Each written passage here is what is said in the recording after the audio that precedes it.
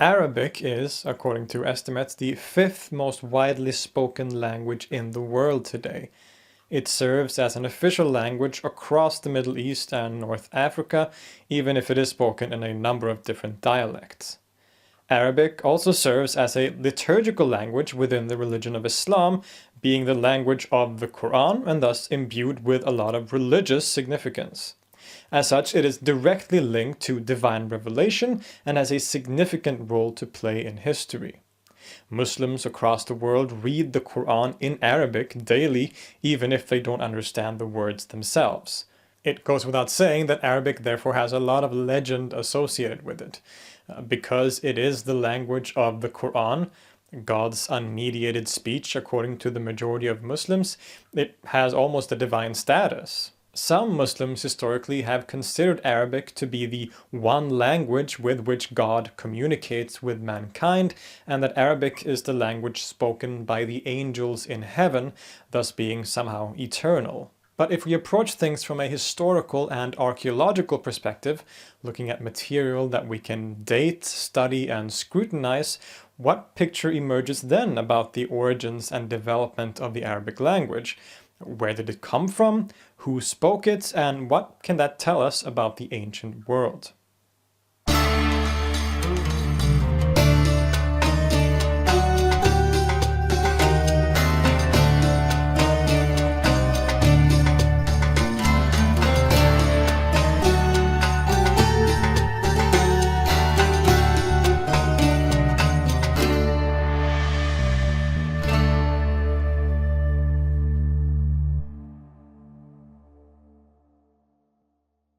Arabic is a Semitic language.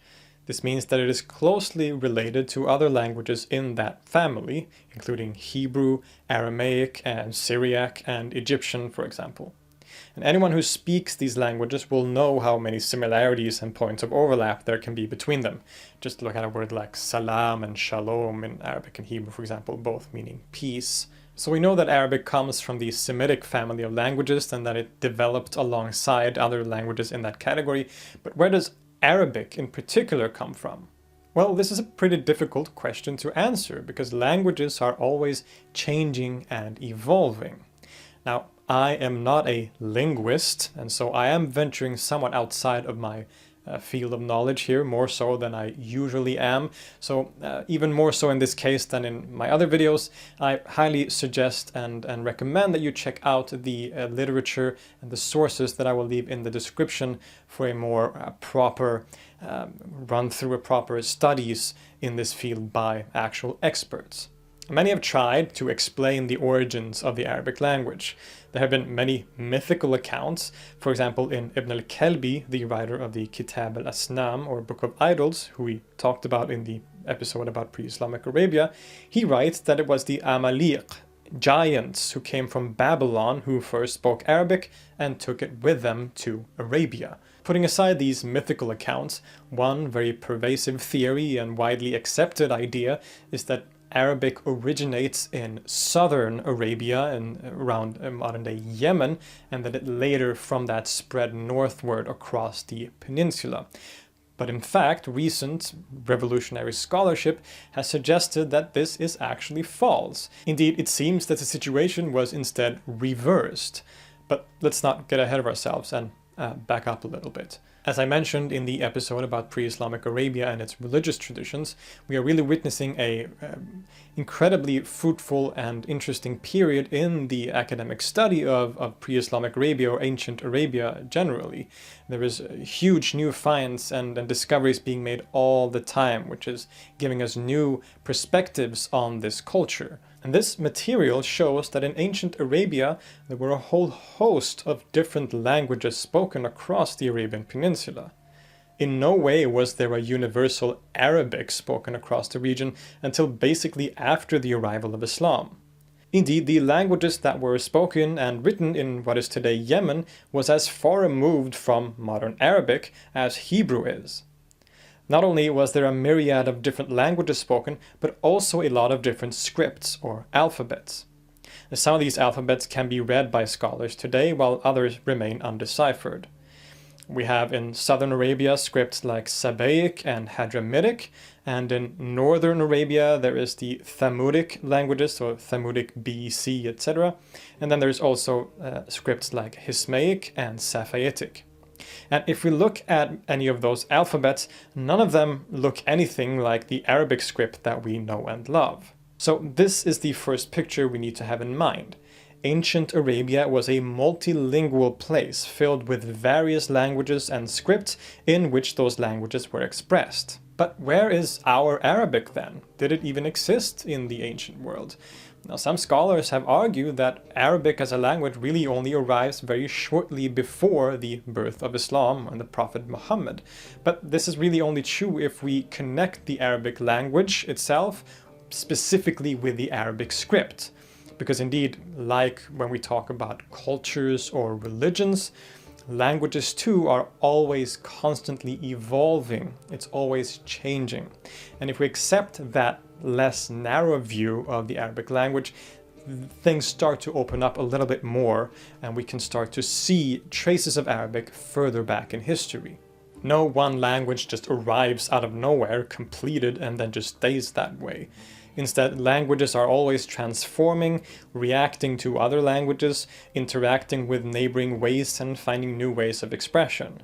It would be foolish to expect to find classical Arabic as we know it today back in 500 BC or whatever. And the same goes for any other language. But as I said, if we accept this broader and more nuanced way of looking at language, the door opens up a little bit more.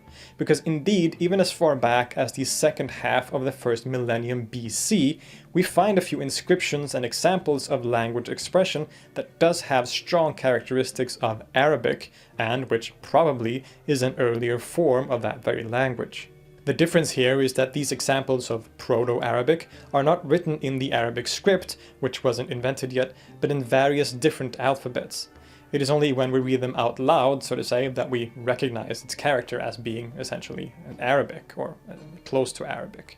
Now, interestingly, all of these examples, basically, of the earliest forms or examples of Arabic do not come from southern Arabia, as has been presumed before, but instead all of the examples are from the northernmost part of Arabia, in places like Syria and Jordan. Now this makes a lot of sense, of course, since Arabic is so closely related to languages like Hebrew and Aramaic, which were languages that were widely spoken in that general region, in the more northern parts of Arabia, the Middle East, and the Levant, and so on. In other words, Arabic is clearly developing at this time in a diverse environment, both culturally, religiously, and linguistically, and it's developing alongside its sister languages like Hebrew and Aramaic, which are very closely related to it.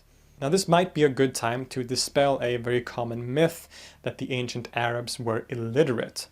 Indeed, there are thousands upon thousands of inscriptions from this region that shows us that the Arabs had a very high rate of literacy, especially in the northern parts of Arabia. The scholar of languages Michael MacDonald writes, quote, "Literacy seems to have been extraordinarily widespread, not only among these settled populations, but also among the nomads. Indeed, these scores of thousands of graffiti on the rocks of the Syro-Arabian deserts suggest that it must have been almost universal among the latter. By the Roman period, it is probable that a higher proportion of the population in this region was functionally literate than in any other area of the ancient world."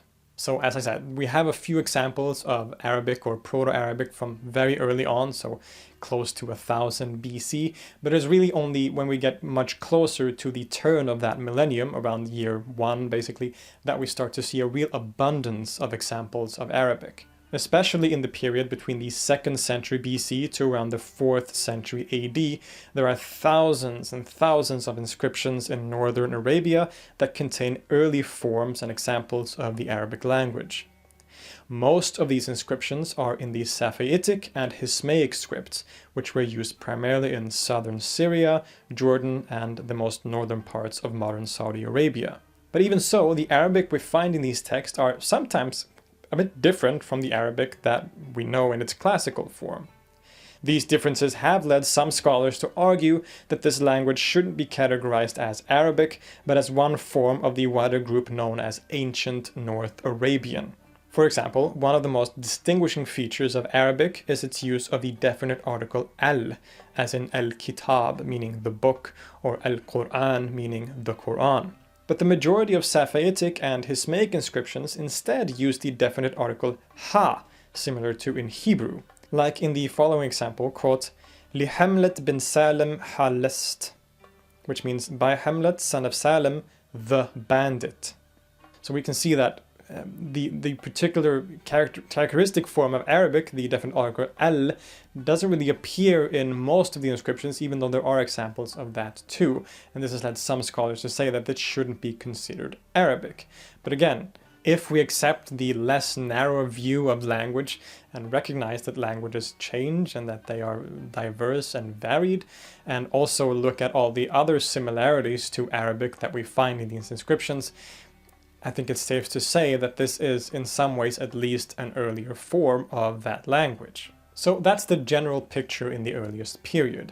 Arabic appears in northern Arabia, written by people who were most likely referred to as Arabs, as Arab, either by themselves or by others, and this language was written in various different scripts in the region, including Safavitic, Hismaic, and even Greek, for example. And sometime after this period, it seems that the Arabic language started to spread southward into the Arabian Peninsula. It is in the first couple of centuries AD that we see the first examples of the word Arab being used in southern Arabia, although at the same time there is no evidence that the Arabic language was spoken here until really the post-Islamic period. So with this general picture in mind, the natural follow-up question is, well, okay, the Arabic language seemed to exist in northern Arabia, but when did the Arabic script appear? And when did Arabic, the language, take the form that we know it as today?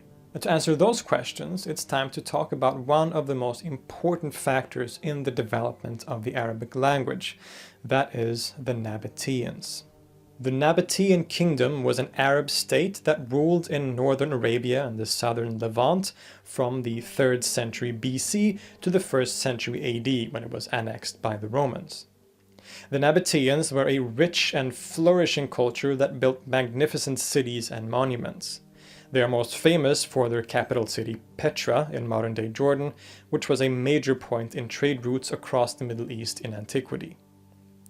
Now, the Nabateans spoke Arabic as their everyday language, the kind of Arabic that we can see in the ancient inscriptions, which I have talked about, varied as it was. But for all their official documents and business correspondences, they used Aramaic, the kind of lingua franca of the region at the time, and wrote this Aramaic in a unique script. Now, what happens here is that we see over the course of time how the Nabatean script, primarily used to write Aramaic, gradually started to be used to write Arabic. After the Nabateans were conquered by the Romans and their kingdom ended as such, people still continued to write in the Nabatean script. And when we look at this script, especially as it develops and changes during the first couple of centuries AD, we see a script that really starts to resemble the later Arabic script. Take a look at these Nabatean inscriptions from the early 4th century, for example. And once we move even further forward into history, we can see how the evolving Nabatean script not only is used further south in Arabia, it is spreading as a script used to write, it's becoming more popular across the peninsula, but also how it becomes a script for writing the Arabic language proper, and that by around the late 5th century or early 6th century, we finally have examples of the Arabic that we all know so well, both in style and in script. There is, for example, the famous Haran inscription from 568 AD. But notice how late this is in history. By the time we get a complete Arabic language and script, we are only about a century before the life of the Prophet Muhammad. Now, that isn't to say that Arabic didn't exist prior to this, as we have seen. We have seen that Arabic did exist, but that it evolved and changed and existed in various different forms. It is really only this form of the language that had developed by the early 6th century that was later canonized into official classical Arabic. But given the fact that we've seen Arabic and the language evolve so much over the centuries and the millennia, how come that this particular form was the one that survived? And this is, of course, where the religion of Islam makes its very dramatic entrance. As we all know, the Quran is in Arabic. Being God's word and divine revelation, according to Muslims, its contents had immediate sacred status. It was important for reciters and readers of the Quran to be able to pronounce and understand it properly and to safeguard the language that it contains. It is for this reason that we see grammarians in the post-Islamic period starting to create a system of grammar, linguistic rules, and other technical aspects of the language. When it comes to the Arabic script in particular, the situation is similar. The earliest manuscripts of the Quran did not contain any short vowels. It basically only had consonants. The short vowels of the Arabic language, known as fatha, kasra, and dhamma, and corresponds to the sounds a, I, and u, respectively, was developed in the centuries after the Quran was written down or had been revealed in order to fix its pronunciation and meaning, since small vowel differences can change the meaning of words and whole sentences. So in a lot of ways, the Quran is the primary source for the classical Arabic language. It was the Quran and its language that determined what became official Arabic and has served as its kind of gold standard ever since. Through the Quran, the post-Islamic Arabs took a language that was diverse and evolving and created a system of grammar that remains basically identical today. Anyone who understands Standard Arabic or Fusha can pick up the Quran and read it without any major things like this. So the arrival of the religion of Islam played a central and important role in the development of the Arabic language, which is also what justifies me making a video about it on this channel. We can also, of course, see how this event, the Prophet Muhammad and the revelation of the Quran, affected the geographical spread of the language as well. It seems that it was only after the Prophet Muhammad and his successors had unified Arabia into a unified state that we see the Arabic language being adopted universally across the peninsula. It may even be after this fact that the whole identity of Arab became a universal point of identification for people in this region. And of course, with the later conquests of the Rashidun and Umayyad caliphates, the geographical spread of Arabic became even more significant. It is said that it was the Umayyad Caliph Abdul Malik who made Arabic the official language of the empire, thus beginning the process that created the situation as it stands today, with Arabic being spoken as a primary language across the Middle East, North Africa, and in the Middle Ages in southern Spain.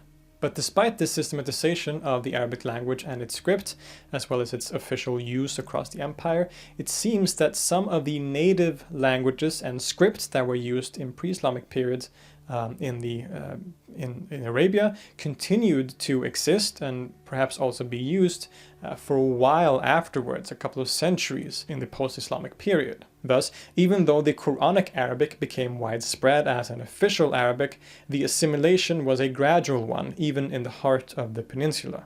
Of course, the linguistic map is diverse today just as it was in antiquity, and Arabic, as most of you probably know, is spoken in a variety of different dialects across the Arabic-speaking world, to the point that a person from Iraq often has a very hard time understanding someone from Morocco and vice versa. But the official Arabic of the Quran, the liturgical language of Islam and official language of the early caliphates, remain in what is known as Fusha, or Standard Arabic.